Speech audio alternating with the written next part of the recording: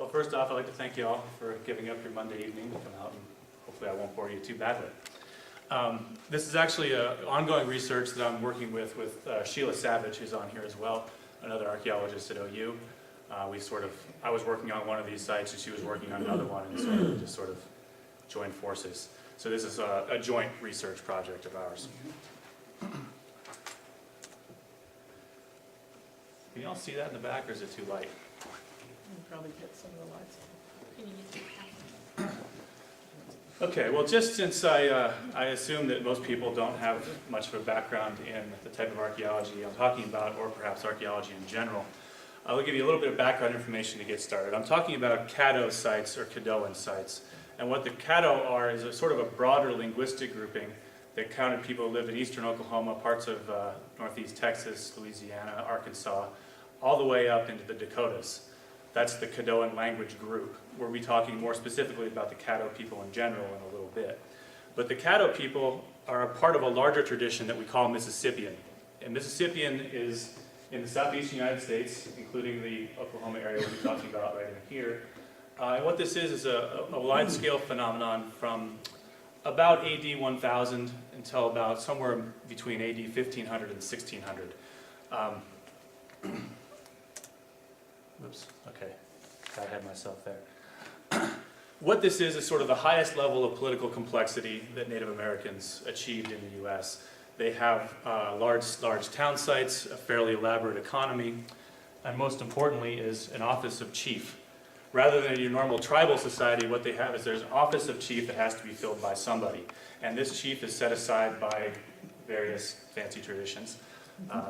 Gary Larson is the scientist's best friend, I think, still after all these years. But the chief is basically someone who's differentiated by everybody else in terms of his political authority, what he can tell people to do, what he's allowed to wear, or she. There's female chiefs as well. And it's just set apart in some fashion. What separates them from earlier societies is before, you might have an important person who become prominent in that society for a period of time, but when he or she died, it was sort of a free-for-all for who was going to get power. In a chiefdom society, there's already a line of succession, and someone's going to rise up and inherit the position of chief. That's one of the things that we think is going on in Mississippian societies in this late time period, but we don't see earlier in time, or even in other parts of the U.S. When the Spanish expeditions came through the southeast in the 1540s, there was all sorts of descriptions of these various chiefs and what power they had and what power they didn't have, and all the sneaky ways in which they tried to play each other off against the Spanish and all sorts of stuff like that. So there's a wealth of ethnohistoric data out there that lets us know what these places were like politically. When we talk about, again, the Mississippian stuff, there's a couple of archaeological signatures that we think about when we're talking about Mississippian. Pottery is tempered with shell. They have shell added to the clay. Before that, we see mostly rocks added in or ground up other pots, things like that. Shell tempered is a hallmark of Mississippian until you get to southeast Oklahoma, and then all bets are off. Northeast Oklahoma, they're still using shell tempered pottery. Southeast, as someone trained in the deep south and starting to work in southeast Oklahoma about 4 years ago, it just confused me to no end what was going on, because they're not doing what they're supposed to be doing. So be it. One other thing we see is a shift to a wall trench house, and I'll show some examples of these in just a minute so you know what I'm talking about, but a lot of houses up until this time period were made by each individual post in the wall was dug out by itself. Later on, they have a shift where they dug out the whole wall at once and then put posts in and then filled it back in. That's another shift that we see about 1100 AD, somewhere in that ballpark. One of the bigger ones we see too is platform mounds. This is one from Cahokia. This is the largest mound in the U.S. It's outside of St. Louis. If you're going through St. Louis, it's literally 2 minutes off of I-70. It's where you can see this mound from the highway. It's worth going to see. It's one of the more impressive sites out there. Just don't make a wrong turn, because it is in East St. Louis, and the neighborhood is not good. So if you get lost, lock your windows and don't stop at stoplights. So these platform mounds are pretty key, and I'll be talking more about platform mounds in a more Oklahoma-specific way in a few minutes. And the other thing we see is that this is when corn really starts to be eaten by a lot of these groups in various areas. In some places, like the lower Mississippi Valley in Louisiana, you don't see corn really kicking in until much later than other places because they had enough other resources, they didn't need it. But corn is one of the big things you see. You do find it earlier, but during the Mississippian is when you really find it happening a lot more often. It's a lot more of a staple of their diet. This is what I'm talking about when I talk about a wall trench house, and we'll come back to these in a few minutes. You'll actually see that most of the houses I'm going to talk about today aren't wall trenches, but since we're talking about Mississippi in general, I threw this in. Just sort of a replica of one. This one was at Spiro in eastern Oklahoma, but it's been burned. I think they're on their 4th try now. They've had 2 vandalism incidents and 1 lightning strike, so you kind of think at some point they'd give up, but they're giving it another shot, or at least install security cameras or something, right? Well, this is what it looks like, sort of an artist rendering of it. You have the trench around the outside, the individual posts set here. You have these 4 support posts in the middle to hold up the roof, and a central hearth and some storage pits. And they often have these long extended entryways. And you'll see probably more pictures of this type of thing in the next half hour, 45 minutes than you probably care to, but you're stuck. So Mississippian is sort of, I showed you that slide earlier with the big red area that showed sort of the overall geographic extent of Mississippian. But that doesn't mean that Mississippian is the same everywhere you look. We've got these different groupings all over the place in the Carolinas, in St. Louis, Kentucky area, up in Ohio, up into parts of Wisconsin, parts of northern Illinois, our Caddo area here, and something called the Plaquemine in the southeast. They all have a general similarity, kind of like that wall trench and corn and stuff that I was just talking about, but they all have individual things that make them peculiar from each other and a little bit different. So it looks like there's sort of a shared set of ideas happening across the southeast from this 500 or so year time period, but they all sort of had their little artistic license and tweaked it a little bit to their own ends, which is sort of, you know, we're used to seeing that sort of thing in today's society as well. Again, more specifically, we'll be talking about the Caddo area right here, Spiro being the key site. I'll show you another couple slides in a minute, but we're talking more in the northeast Oklahoma area, Delaware County, where Grand Lake is.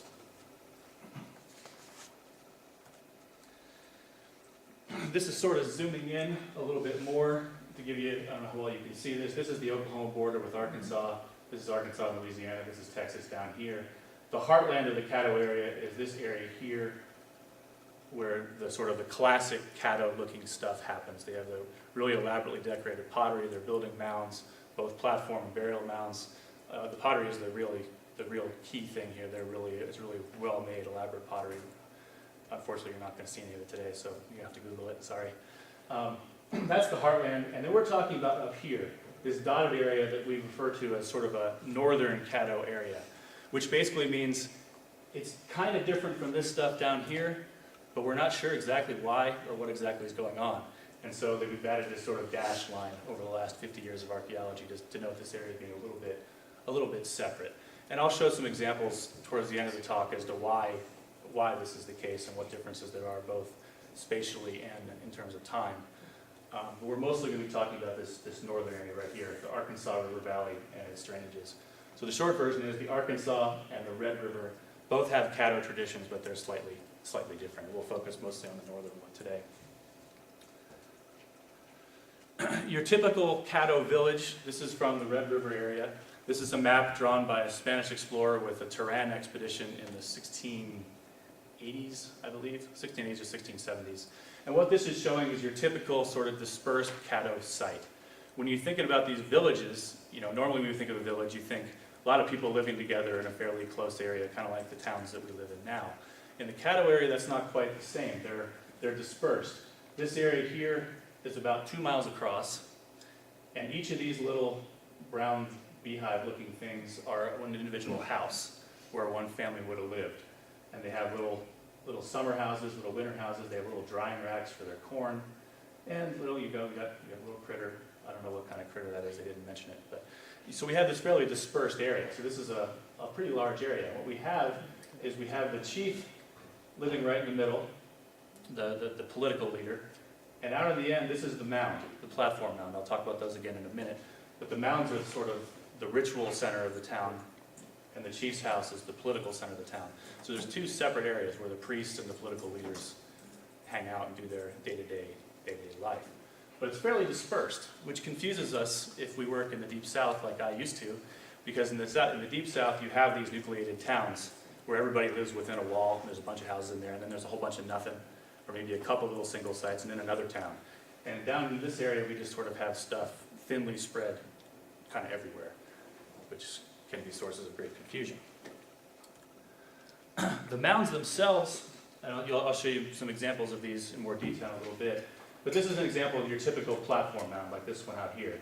And we call it a platform simply because it's flat-topped, and they often have a structure on the top that is sometimes can be the residence of a chief, it can sometimes be a mortuary structure. There's parts of the South where part of being the chief is demonstrating that you've got this long lineage of ancestors going back in the past.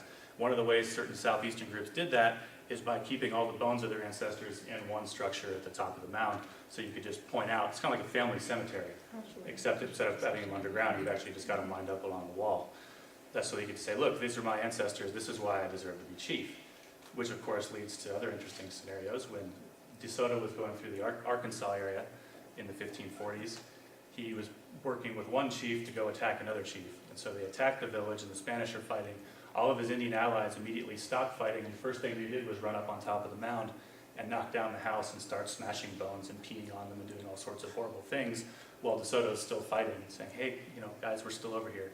So it's a kind of an important type of structure. Often what we'll see with these mounds is you'll see it'll be built in one level, there'll be a house built on it for a while, and then the house will be dismantled or set on fire, and then another layer of earth will be put over the top of it, and then another house will be built on top of that, sort of up as we go. So these big mounds weren't necessarily built all in one go. Sometimes they're sort of alternating. And what they symbolize by putting this layer of earth over top of the old house is a renewal ceremony. So the old chief dies or the old priest dies or something happens. So they ceremonially destroy the house, dismantle the house, set it on fire, whatever they do, and then put a nice layer of earth on to symbolize a purification. So that's how these platform mounds are built. And we'll talk, like I said, we'll see a couple examples of these platform mounds. And what we're going to talk about is 2 sites that have mounds and 1 site that doesn't. And we'll show you some of the similarities and differences between these different sites. This is where we're talking about here again, up in northeast Oklahoma, underneath Grand Lake. These sites were all excavated in the 1930s during the Great Depression.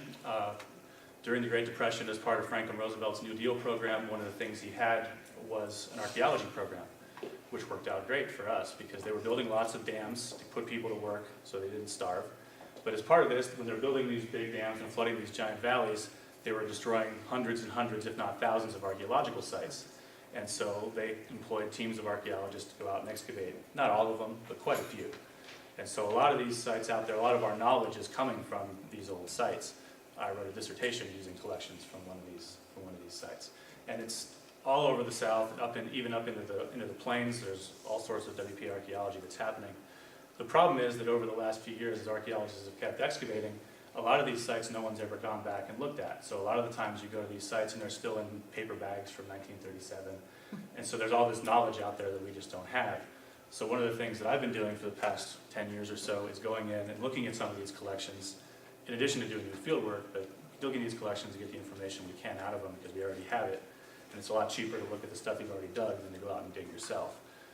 We don't really get very many 100-person crews these days to go out and excavate, unfortunately.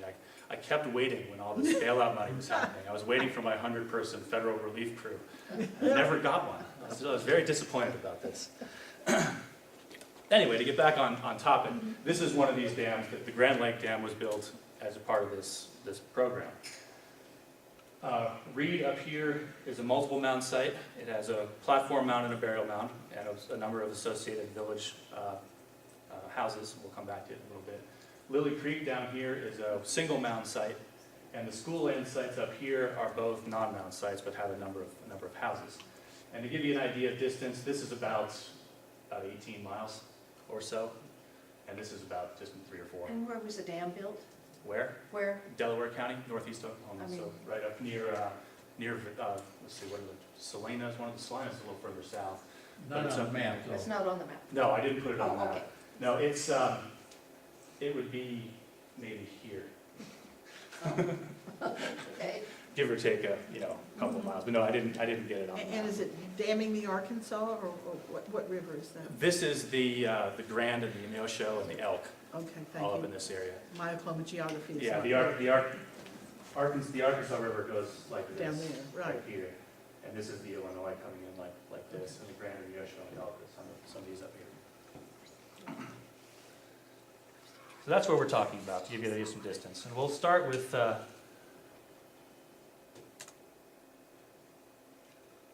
we're going to start with Lillie Creek in a minute.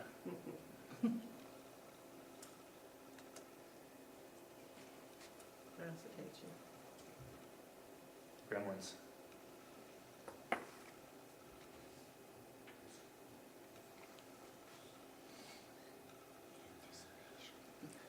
In this, while we're waiting, when it advances, I'll continue. But in this area, I've picked out these 4 sites, but there's actually at least 50 that were excavated in here. These 4 sites are all floodplain villages, but they also dug a bunch of sites up, and you can see this is the high green area here is a real high elevation. They excavated a bunch of rock shelters in that area, and not just from late prehistoric Mississippian or Caddo times. There's archaic stuff up there, there's paleo stuff, there's woodland, all sorts of different time periods are represented.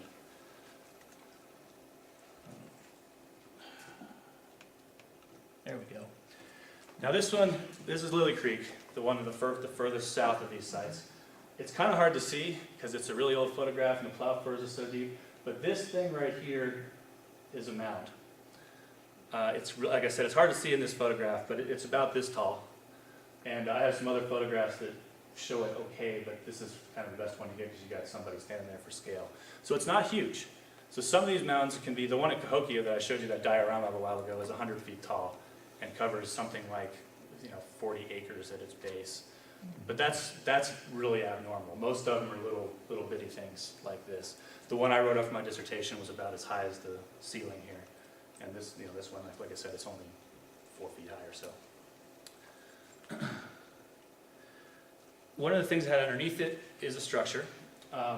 They unfortunately only excavated half the mound because they dug it really late and the dam was finished and the waters were rising around them as they finished. And so we don't have as much information as we'd like, but they did dig half the mound. We do have one of these structures, that's a line of posts. This is one of those extended entryways like I showed you at the beginning.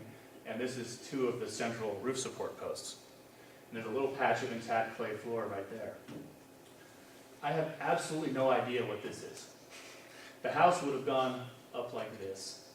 In other parts of the southeast, I would think this is part of a palisade or a defensive wall. But we don't have those in eastern Oklahoma. There aren't any sites that have one. And it's a little bit strange, and they never dug the other half of the mound, so unfortunately I'm never going to figure it out. But I can make up stories, I suppose, but I have nothing good has come to me at the moment. Like I said, if it is a palisade, it'd be the only one we know of out of the several thousand sites that exist in the Arkansas, Oklahoma area up there. And so it's sort of an abnormality. But it does have a sub-mound structure, and this is going to be something we'll come back to later on. Often when you see these mounds built, there's a house beneath them at first, even before the mound's even constructed, and then later on they build a mound over top of it. So it was clearly an important place to those people before they built the mound in the first place.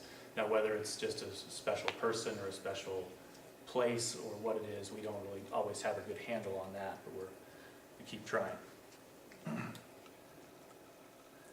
This is sort of a contour map of it. Forget about that. That was where I had no data. But the mound itself, WPA, they're hit and miss with some of their notes too. One of the things we depend on our archaeology is writing very careful notes, because once you dig it, it's gone. And as scientists, y'all know that how that works too.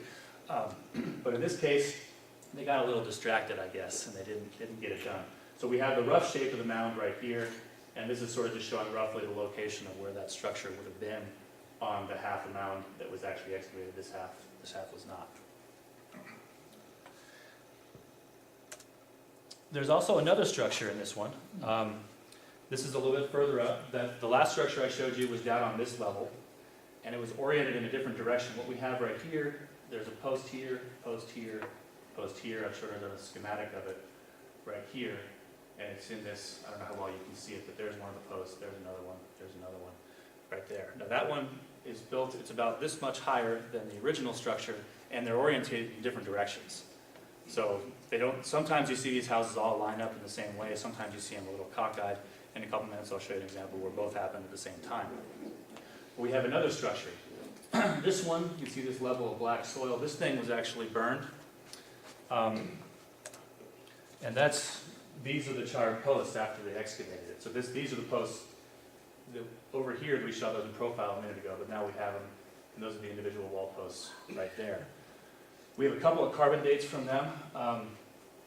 This is from a Wisconsin lab at the University of Wisconsin. It was around in the 1960s. We've since learned that Wisconsin dates are pretty much consistently about 200 years off when we do these things. And so this one I reran in 2009, and that's our date range we're talking about here. It's putting us right smack in the middle of what we would call the Mississippian period. And interestingly too, the period of about 1300 is a divide in archaeological phases between what's called the Harlan and the Norman phases. And that's where we have differences in political complexity and different artifact styles and things coming in. So this puts us right on the transition of when that's actually happening. This is kind of a nice find. I went to the Sam Noble Oklahoma Museum at OU, where all the WPA collections are housed, and I was pawing through a box, and I actually found an entire post still there. And so usually we're sending off stuff to carbon date, and it's about that big, but I was able to send in a piece that was about like that. Saved me about $500, and I could able to get the species identified as well, so that's kind of a nice bonus. So what kind was it? It was a white ash, this particular one. I have some white oak from another post here, and I have some red oak from another site. So that's our what they appear to be using at this particular place. This is the profile of the whole mound. So this is the structure I just showed you, the charred post. This level down here was where the first house was, the one with the mystery palisade wall or whatever it is on there. But this is a pattern that you're going to see periodically. These different colors soils here are the different construction phases. So we had the initial house, and then they built a first level out of a yellowish clay. The black is where the structure was burned and fell over and mixed with all the soil. And then we have a capping layer here of more of a reddish clay. So it looks like I mentioned a few minutes ago, they knocked down the house and they put another layer of clay over top of it. And it doesn't appear that they ever went back. Okay, well, at least they didn't build another structure on the top. This bit on the top here is just where it was plowed. Plow zones are usually about that deep. So that's our general pattern. We don't have any evidence of any occupation anywhere else on this little terrace. There's an archaic site about 500 yards away or so, but no other structures that we know of around the site, around the mound. And whether that's because there actually are no structures there, or whether it's because they just didn't get a chance to dig them because they would have been scuba diving otherwise, we'll never really know. I suspect there probably were a couple houses out there, but I'm not diving that deep to check this stuff out. Okay, so there's Lillie Creek. There's our single mound site. I'm going to zoom back up here, and we'll talk about these two school land sites. Again, these are the ones that don't have a mound. But one thing that they do have that a lot of places don't is a whole bunch of structures. Usually when you have a site with this many structures arranged this carefully around what's probably a central plaza, there's a mound there. But we don't have that here, which is what makes this interesting. We do know that this is actually an empty space because the WPA did dig some trenches across it and found next to nothing. We have a number of different structures here. A lot of them were rebuilt. The different colors here just mean where I was able to sort out which posts went with which individual houses. So this one was rebuilt probably 3 times. There's a double rebuilding. Here's one where they rebuilt it and also shifted the orientation of it. And there's our only wall trench. So it's kind of weird that we don't have that many wall trenches, but there's the only one that we have. And then we have a separate structure out here. The interesting thing here is that in terms of time, earlier in the sequence, around 1200 or so, we have square houses with 4 central posts. And later on, when you get into the 1300s and 1400s, you shift to rectangles with 2 center posts. So we have a rectangle with 2 posts there, but you got a square with 4 posts there. So we have something interesting going on with time there. Also, structures like this one, we don't have much information for it, but this is the one we've got. Structures that are oriented in this direction with the doorway facing sort of southwest in the Arkansas Valley, when you read the ethnohistoric records, usually are special mortuary houses where things going on with the disposal of the dead was happening in these particular structures. We don't know if we have that here. This is one of those sites where the artifacts are all in paper bags, and I think there's 45 boxes from this site, and so I haven't gotten to that yet. So all I'm working on here is the maps. Now it's pretty interesting. There are some issues. I mentioned the WPA maps the notes are a little bit, not always the best, not always they're the only thing we have in this case. We have little weird things happening, like in this particular one, we have various rows of posts on the photographs that don't exist on the maps. The maps were made in the 1960s by someone who's now deceased, and I don't really know how he generated them, but it's pretty clear from looking at some of these things. We've got a couple extra posts up here, there's 2 rows there, 2 rows there, and then we've got these 3 up here that should be right there but aren't. And so there's little problems with it. Nothing we can't live with because the overall size of the structures is okay. But it sort of bothers me as a part of being an archaeologist. You have to be unbelievably anal about things. You have to make sure everything's in the right spot and everything matches perfectly. And when something like this happens, it drives me nuts. But there's not much I can really do about it at this point other than sort of fake in where these posts belong based on what I see in the photographs. And frankly, it's not really that important to do it quite yet. Other examples here, we have this line of posts here goes all the way across, but we only have these 3 on the map. It drives me a little bit nuts. But something else about this one, this is one they clearly burned. This is the wall trench. Right here, you can't see it very well, but it's a charred log about that big and about that wide. It's probably an entire roof timber that collapsed, and I can't find it.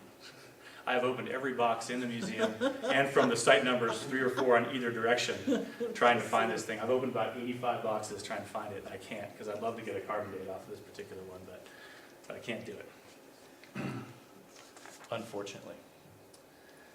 But school land is interesting because of that arrangement of structures, that internal palisade that we don't see anywhere else, and the fact that there's this serious number of structures without a mound.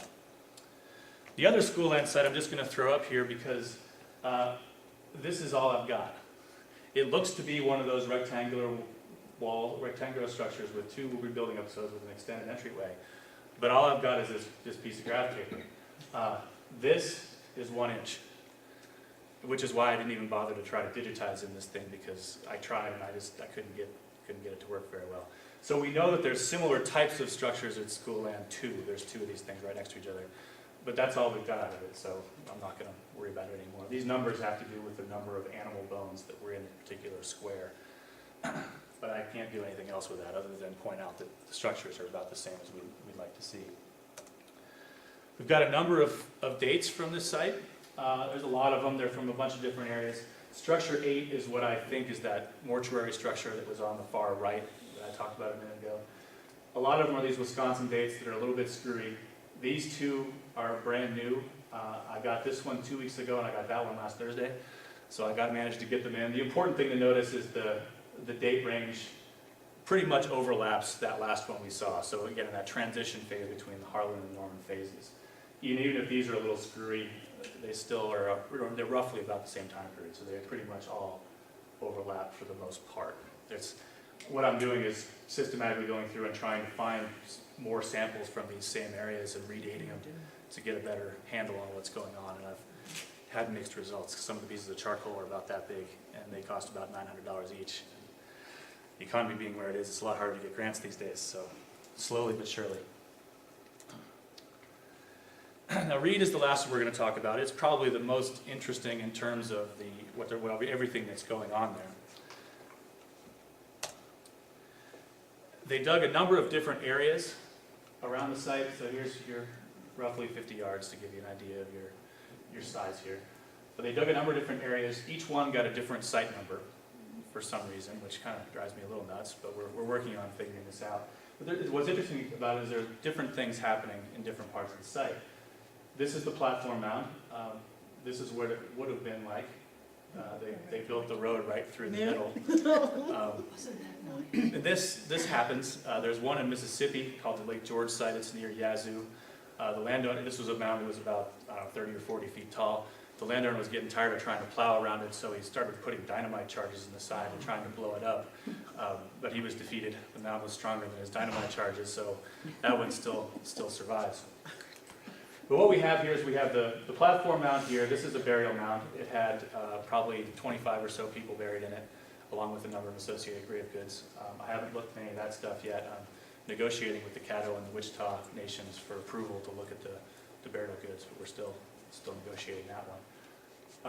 These areas up here and this area here all have Mississippian structures or Caddo structures, and I'll show some examples of those in just a minute. Looks to be more of an archaic midden. They found another structure over here. This was one of those little prairie mounds that had some flakes and stuff on it.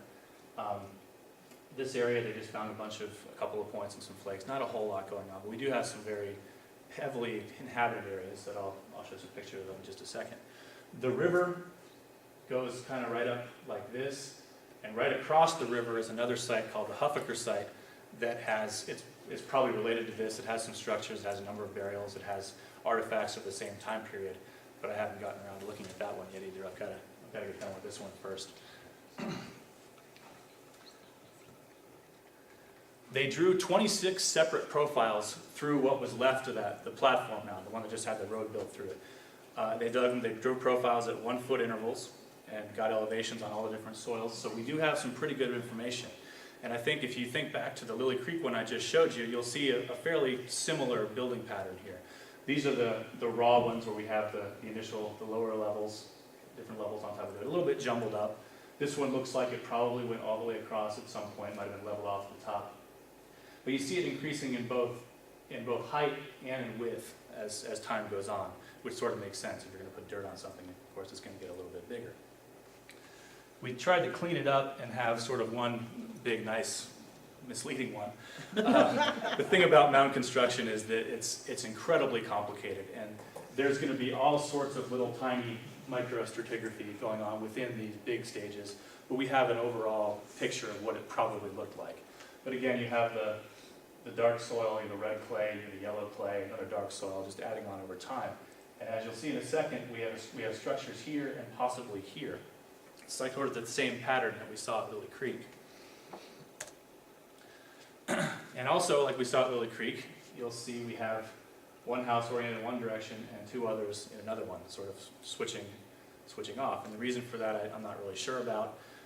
We do think that one of these structures might have been on top of this level, mostly because the depths of the post molds in one are consistently a foot or so less than the other ones.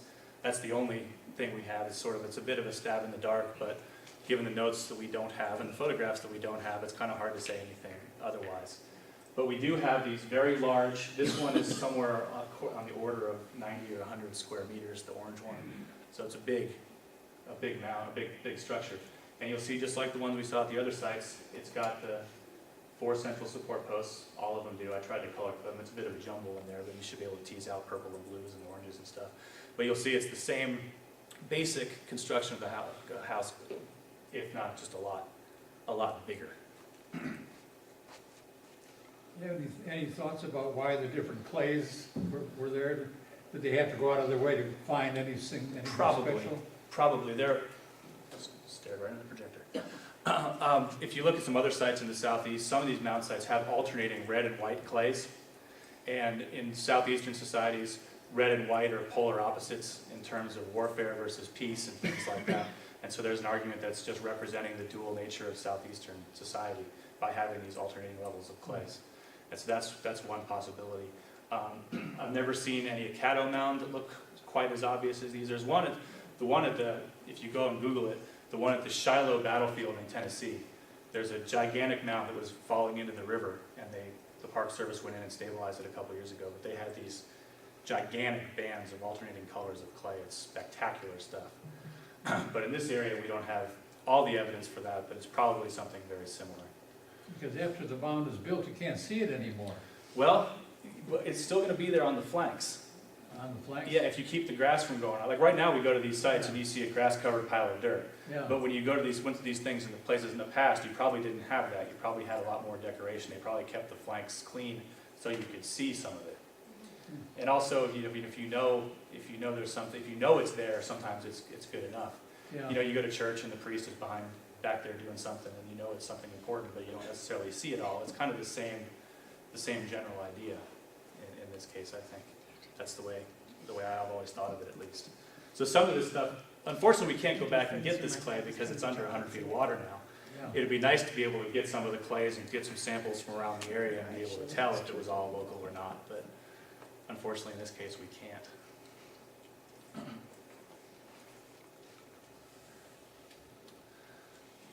I have about 4 million more carbon dates from this site, so I'm not going to bore you with them, but the important part is these are the sub-mound structures. You can see the early end is way earlier than the other dates. We don't know if it's just because they're from Wisconsin or if that's real. I'm trying to find new pieces for that. And then there's the other ones that, again, roughly correlate with the other sites that we've talked about. DL2, we'll skim through these a little bit here. These are the structures from that area. It took me about 2 weeks to sort the posts out for this, and my co-author and I still argue about which particular posts belong where they are. But the important thing to note is just they clearly rebuilt a ton of times in the same area. There's 2 separate construction areas within that square I showed you a second ago. So there's a number of different structures.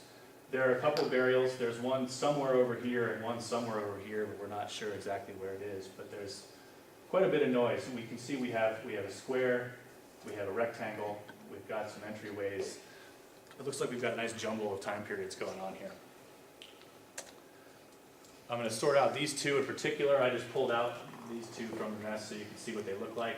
Both square, both with faux posts, one with an entryway, one without. And the reason I'm separating them out is because we actually know we have artifacts that actually clearly came from that structure, which is rare for this particular part of the site. All of the tags in the artifact bags say either excavation area or refuse area, which narrows it down to 20 by 20 area, which isn't quite good enough.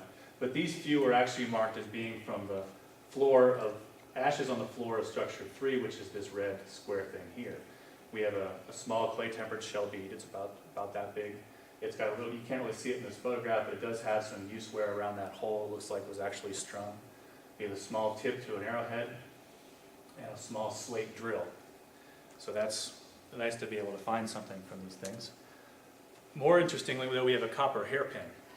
The copper is not commonly found. It's usually found in burial contexts on these sites. This one doesn't appear to be. The only burials we know of, like I said, were down here somewhere. It's about that long.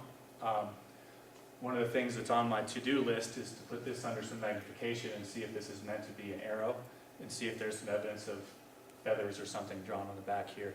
It wouldn't be uncommon. A lot of these headdresses and things you find in this time period actually look like that, but I haven't gotten to it yet. It's on my to-do list.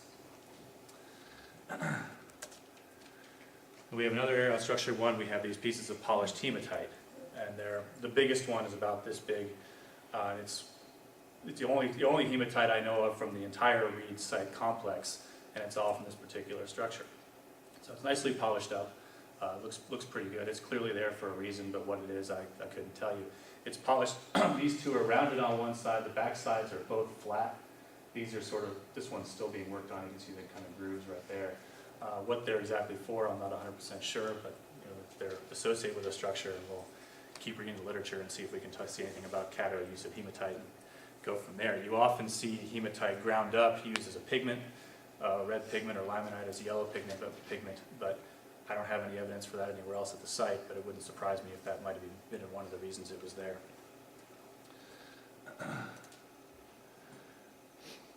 DL14, another area down here. Again, we have a number of different structure sizes, structure types. We have square ones with 4 posts. We have a rectangular one with 4 posts, which isn't supposed to have, and that's only supposed to have 2, so that one's thrown me for a little bit of a loop. This one's square, and I've drawn it with 2 posts, but you could also make an argument for 4. That's another thing that my coworker and I argue about, depending on which day. We don't argue consistently either. We take turns arguing for one or the other, which is probably not the way it should be going, but that's just the way it's happening. There's a number of other structure areas here. This is DL2. This is the jumble of structures with the hematite and the copper I showed you a second ago. And these areas are from right up here. This one's here. These 2 are here. These are the original WPA photographs. I haven't got a chance to digitize them yet. But you can see that we still have the rectangles and stuff going on. What really throws me is this particular date, because it's 200 years later than everything else. I got that date. I was actually at a conference in Sacramento about a week ago when I got this particular one, and I was being guilty of checking my email during a boring talk, and I exclaimed loudly when I read my email, and everybody looked at me, so can't turn off my brain sometimes, unfortunately. These are the number of dates from this area. Some of them are early, some of them are late, but they all do hit that 1200, 1300 range, which is what we want to see. That compared, that means these are pretty comparable to the rest of it.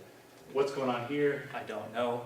The problem with the confidence interval is, it's 95% confidence interval with the calibration curve.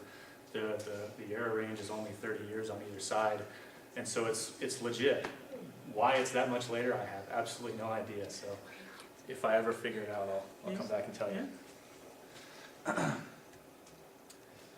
So to do a couple comparisons of these things between these sites, sort of to draw all this sort of stuff together. When you look at the Lillie Creek profile and the Reed profile, you see, like I said, the same general construction sequence. You clearly have multiple building episodes with structures on at least 2 levels. Same kind of idea. This sort of fits our broader Mississippian Caddo mound building type pattern, which we like to see.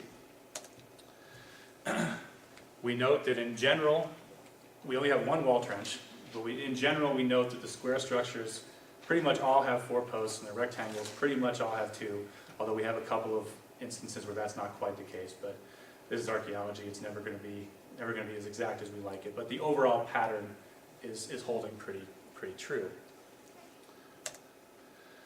We do see that the structures at Reed tend to be larger, especially the ones in the mound are pretty big. But what surprised me is this is a non-mound area, which has the average structure size being that large compared to your average school land, which is a nice little bitty one. In general, if you look at Mississippian societies, I did a paper on this a couple of years ago.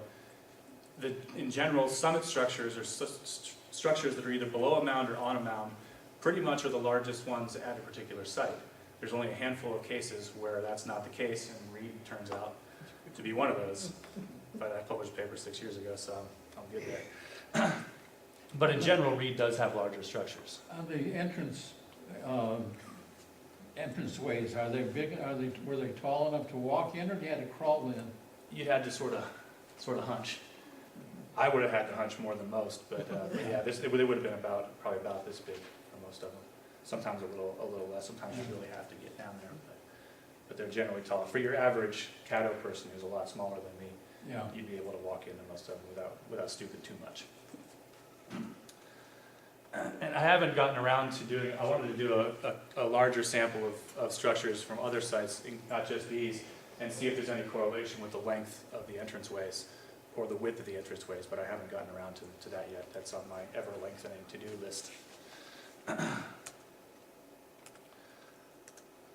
And this sort of another thing, the village structures in general are smaller than the mound structures as a whole, but Reed doesn't really work that way. And again, here's a whole bunch of carbon dates. We have the 2 weird anomalies from the below mound structure at Reed, but in general, overall we like the pattern. I don't have that 1400 date in here because I didn't have time to fix that slide. So what we've seen is these particular sites, all dating from between roughly 1200 and 1300 AD, have a fair amount of similarities to them. They have the same types of mound construction, same types of house construction. I didn't talk much about the artifacts, but the artifacts are pretty much similar too. They're all shell-tempered pottery for the most part. The church, the projectile points are all made from local materials. There's a couple from long distance, but most of them are local. Fairly similar stuff. What I want to do is zoom out a little bit from our area up here and talk about a couple of the ones further south that date a little bit later in time than these, and just talk real briefly about the differences that we have. The earlier stuff, again, here's Reed School Land, or Lillie Creek again. You guys can probably draw this on your own by now. I've shown you the slides so many times. But they're fairly simple platform mounds, and they generally have some structures on them. Later on, they get a little more complicated. You still do have some sites that have this construction pattern with the simple ones with the architecture. But you also get fairly complicated burial mounds. This is probably the most famous one down at Spiro. There's actually a 4th hump back there that you can't see here.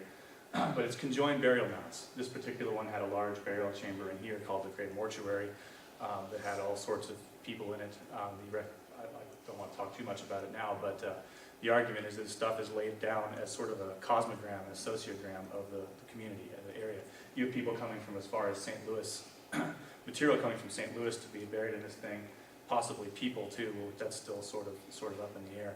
But you have artifacts laid out on the floor in the directions from which they came, and all sorts of other really neat stuff. But you do see, so you see this sort of complicated pattern here. This is from the Harlan site, Harlan and Norman, which are down here, also underwater.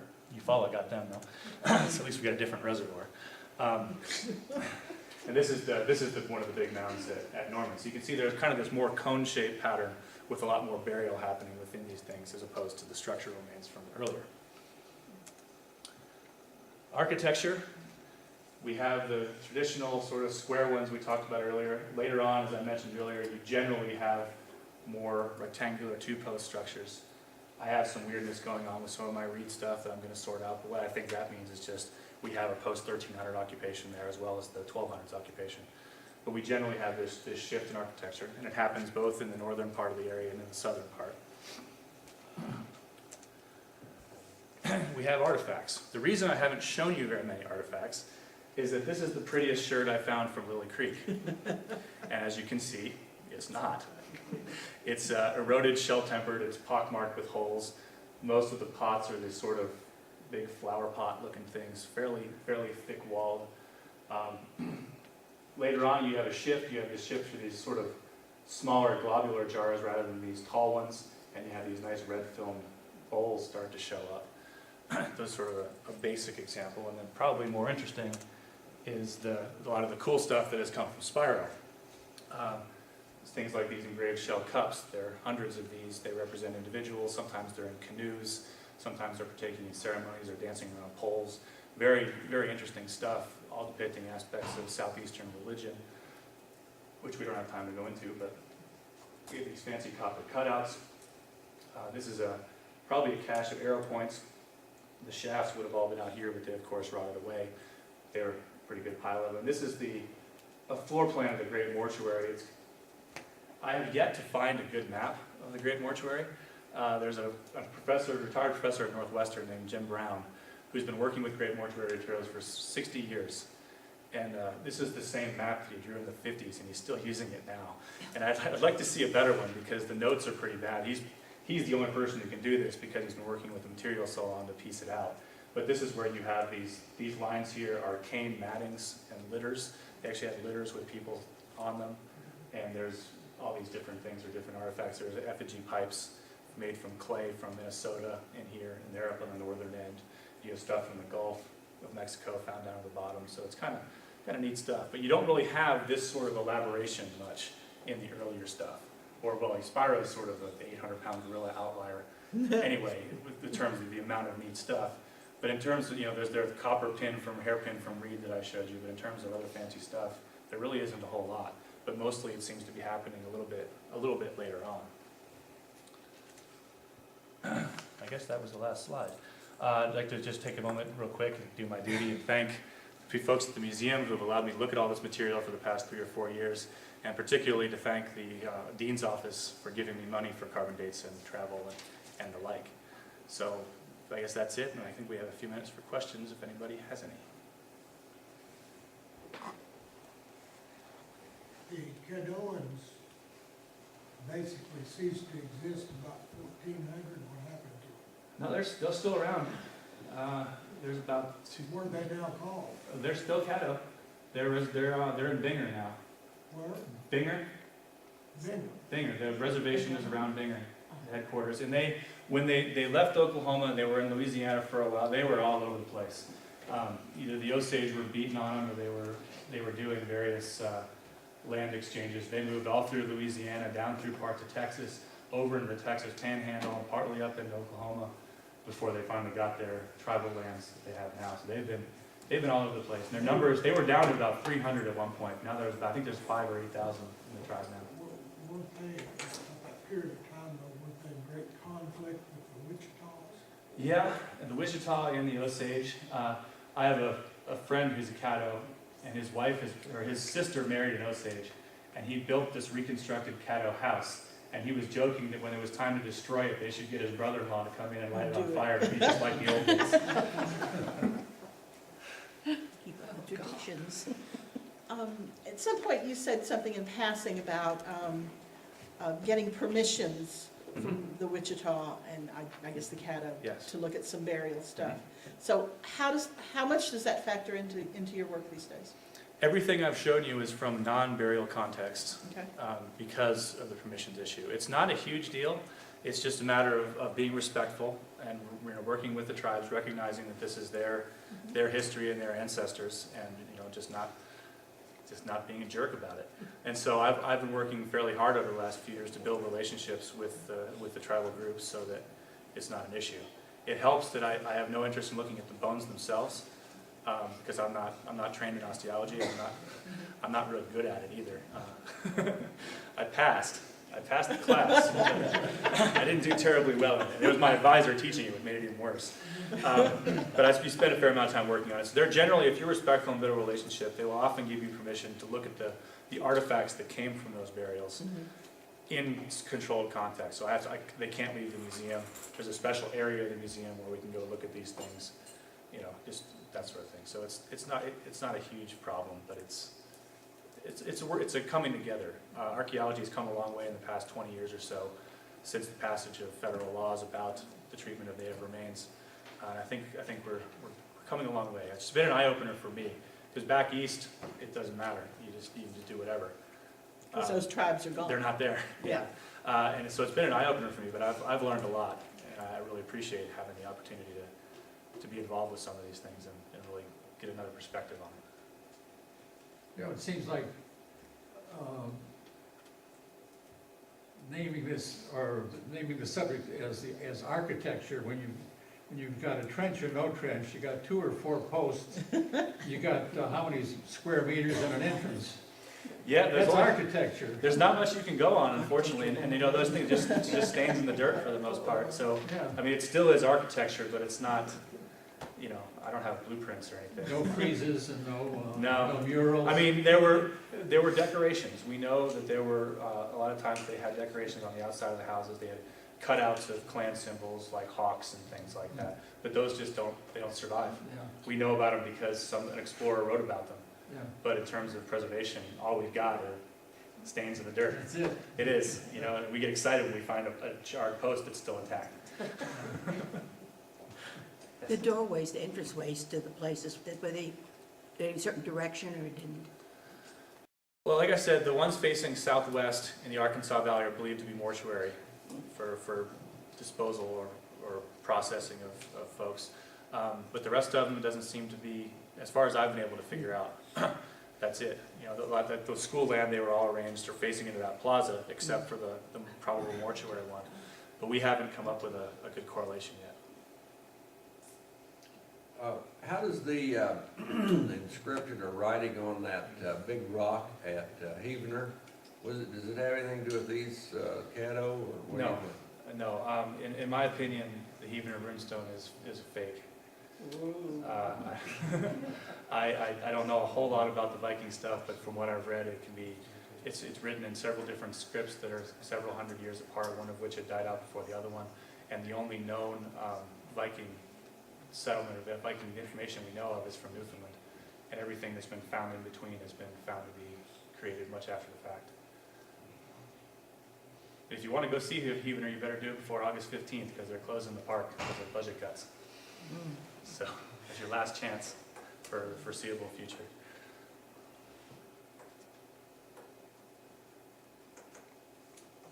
Okay, well, thank you for your time. Thank you.